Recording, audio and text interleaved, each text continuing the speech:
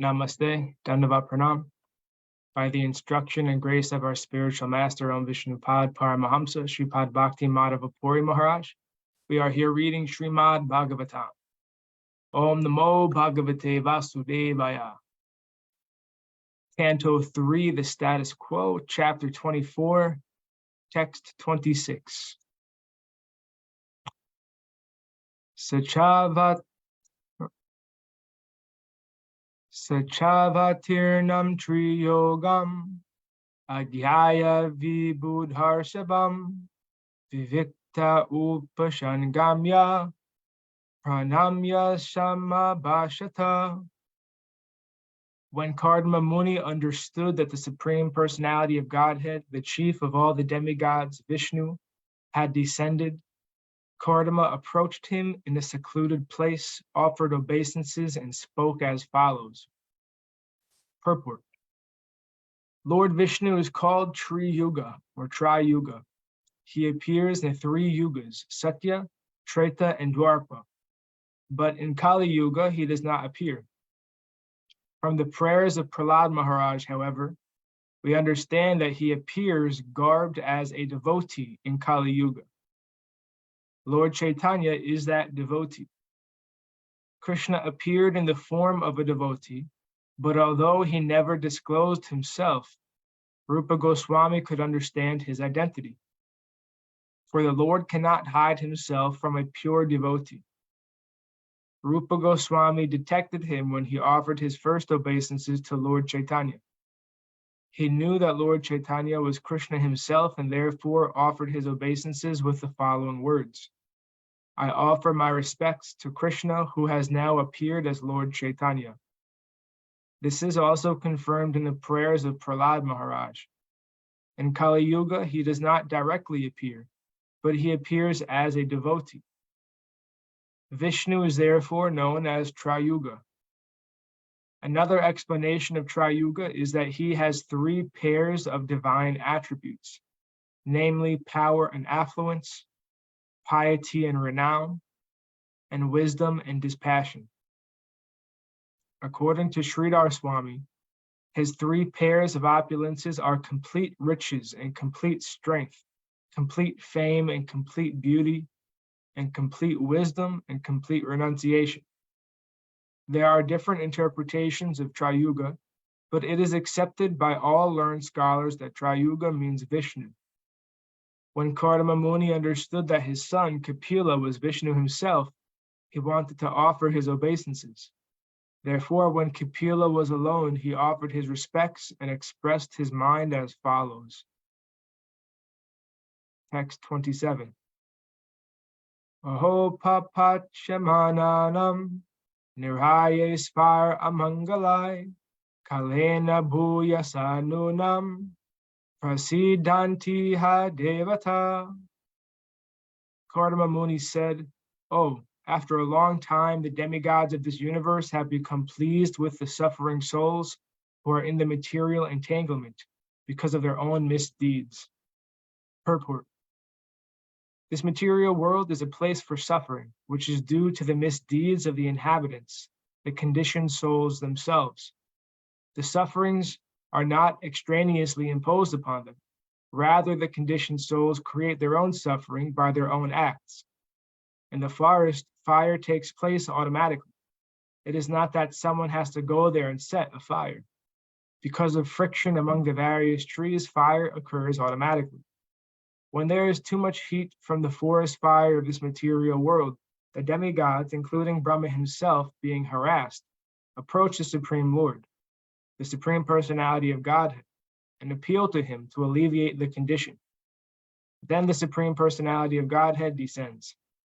In other words, when the demigods become distressed by the sufferings of the conditioned souls, they approach the Lord to remedy the suffering, and the Personality of Godhead descends. When the Lord descends, all the demigods become enlivened. Therefore, Kardama Muni said, after many, many years of human suffering, all the demigods are now satisfied because Kapila Dev, the incarnation of Godhead, has appeared. Text 28. Bahu janma vipakvena samyag yoga samadhina drastum yatante yataya, sunyagareshu yatpadam. After many births, mature yogis by complete trance and yoga endeavor in secluded places to see the lotus feet of the Supreme Personality of Godhead. Purport. Some important things are mentioned here about yoga. The word Bahu Janma Vipakvena means after many, many births of mature yoga practice. And in other words, Samyag Yoga Samadhina means by complete practice of the yoga system. Complete practice of yoga means bhakti yoga. Unless one comes to the point of bhakti yoga or surrender unto the Supreme Personality of Godhead, one's yoga practice is not complete. This same point is corroborated in Srimad Bhagavatam. Bahunam Janmanam Hante. After many, many births, the jnani who has matured in transcendental knowledge surrenders unto the Supreme Personality of Godhead.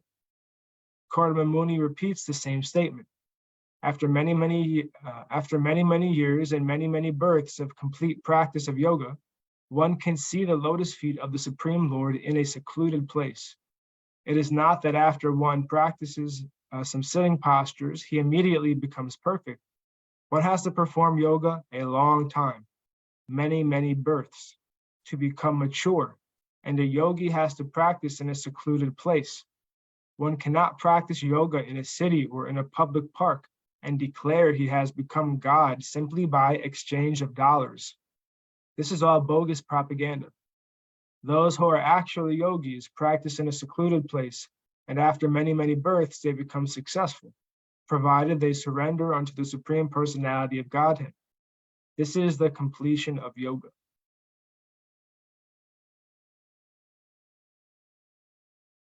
Text 29. Saeva Bhagavan Adya Ilhanam Naganhanyana Griheshu Jato Gramyanam Yasvanam Paksha Poshana.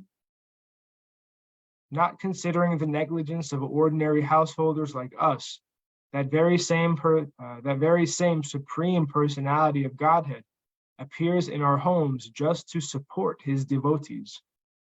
Purport. Devotees are so affectionate toward the personality of Godhead that although he does not appear before those who practice yoga in a secluded place, even for many, many births, he agrees to appear in a householder's home where devotees engage in devotional service without material yoga practice. In other words, devotional service to the Lord is so easy that even a householder can see the Supreme Personality of Godhead as one of the members of his household, as his son, as Kardama Muni experienced. He was a householder, although a yogi, but he had the incarnation of the Supreme Personality of Godhead, Kapila Muni, as his son.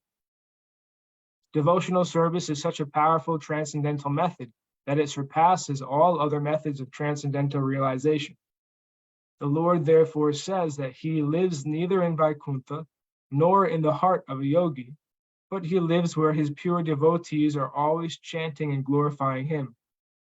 The Supreme Personality of Godhead is known as Bhakta Vatsala. He is never described as Jnani Vatsala or Yogi Vatsala. He is always described as Bhakta Vatsala because he is more inclined toward his devotees than toward other transcendentalists. In Bhagavad Gita, it is confirmed that only a devotee can understand him as he is. Bhakti Mamma Vijananti.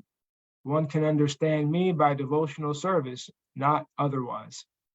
That understanding alone is real because although jnanis, mental speculators, can realize only the effulgence or the bodily luster of the Supreme Personality of Godhead, and yogis can realize only the partial representation of the Supreme Personality of Godhead, and Bhakta not only realizes him as he is, but also associates with the personality of Godhead face to face.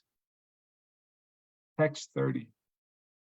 Sviham Vakyamritam Kartum Avatirno Simhe Grihe Chikirshur Bhagavan Gyanam Bhaktana Manavardhana. Kardama Muni said, "You, my dear Lord, who are always increasing the honor of your devotees, have descended to my home just to fulfill your word and disseminate the process of real knowledge. Purport. When the Lord appeared before Kardama Muni after his mature yoga practice, he promised that he would become Kardama's son. He descended as the son of Kardama Muni in order to fulfill that promise. Another purpose of his appearance is Chikirshur Bhagavan Jnanam, to distribute knowledge. Therefore, he is called Bhaktanam Manavardhana, he who increases the honor of his devotees.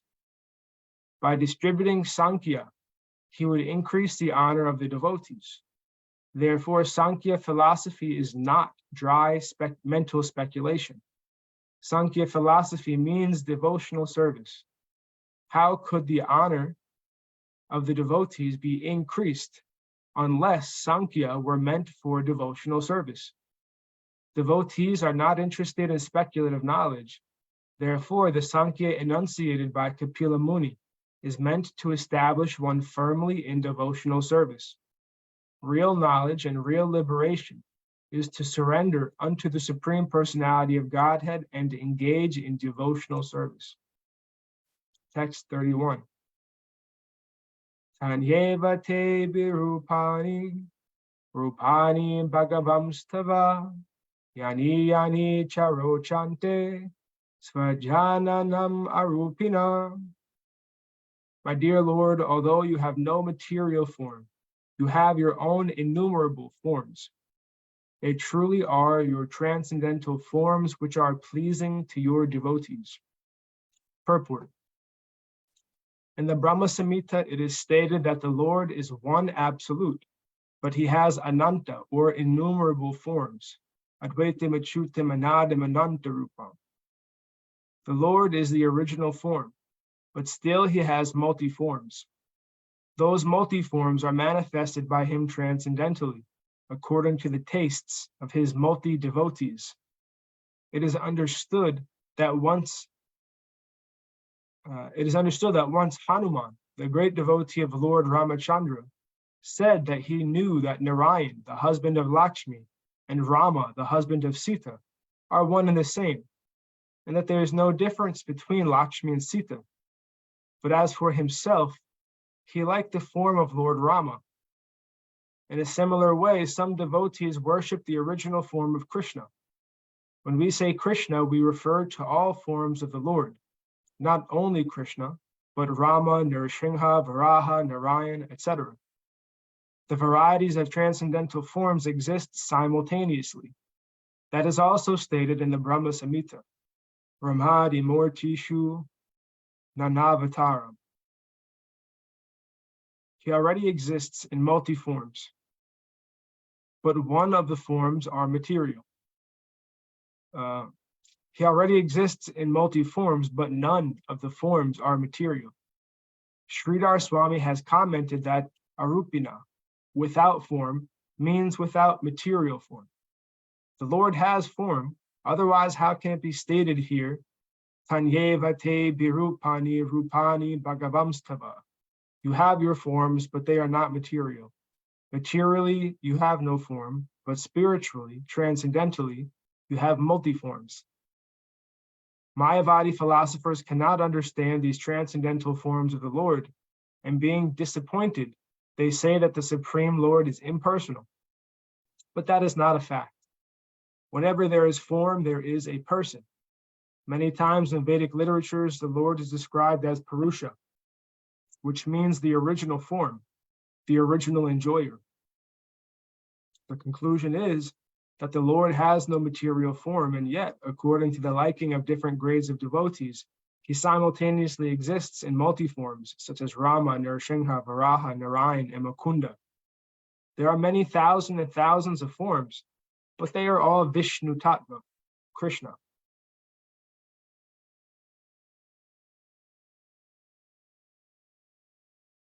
And thus ends our reading for today. We'll continue from text 32 on Wednesday. Jai Vishnupad Paramahamsa Shripad Bhakti Madhava Puri Maharaj Ki Jai.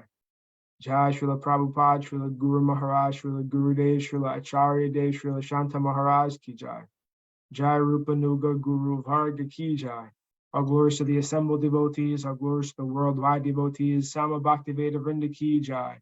Jai Navadut Dham Ki Jai, Nishringapuri Dham Ki Jai, Mayapur Dham Ki Jai, Jagannath Puri Dham Ki Jai, Baladev, Subhadra, Jagannath Ju Ki Jai, Ganga Mai, Yamuna Mai Ki Jai, Vrindavan Dham Ki Jai, Giri Govardhan, Gupta Govardhan Dham Ki Jai, Shyam Kund, Radha Kund Ki Jai, Tulsi Devi, Bhakti Devi, Vrinda Devi Ki Jai, Jai Srimad Bhagavatam Ki Jai, Jai Harinam Sankirtan Yagya Ki Jai, Scientific Sankirtan Yagya Ki Jai, Princeton Bhakti Vedanta Institute Ki Jai, Sri Chaitanya Saraswat Institute Ki Jai, Sri Chaitanya Saraswat Mat Ki Jai, Nitai Gaur Premanandi, Hari Hari Hari Bol, Hare Krishna.